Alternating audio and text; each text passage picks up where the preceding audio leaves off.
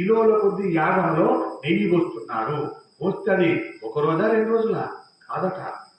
ఆయన ఎంత గొప్పగా నెయ్యి పోసాడంటే, ఎన్ని రోజులు పోసాడంటే నెయ్యి అంతా లెక్కలేనన్ని యజ్ఞాలు చేస్తూ ఆయన నెయ్యి పోస్తూనే ఉన్నాడు శ్వేతకి మహర్షి. అలా నెయ్యి పోస్తే ఆ నేతిని తిని తిని తిని నోరెత్తి త్రాగుదామని అగ్నిహోత్రం గురించి నిజంగా తెలుసుకోవాలంటే మనం పురాణాలు చదవాలి. అగ్నిహోత్రుడు అంత గొప్ప తేజస్సున్నవాడు. వాటిలో హోమగుండంలో అగ్నిహోత్రం అంటే ఎలా ఉండాలో చెప్తారు. అగ్నిహోత్రం స్థిక పైకి లేచి కుడి పక్కకి తిరుగుతున్నట్లయితే గొప్ప జయం. మీరు దీపాన్ని వెలిగించిన తర్వాత చూడండి, అందులో 3 కలర్లు తప్పకుండా కనబడతాయి.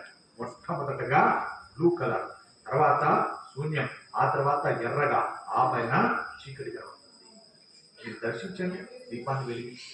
ఆ దర్శనంలో కుడి పక్కకు దీపము మీకు మీ కూర్చున్న వైపుకు కుడి పక్కకు వంగిందంటే ఆ రోజు మీకు విజయం అని అర్థం. కావాలంటే మీరు పరీక్షించుకోండి.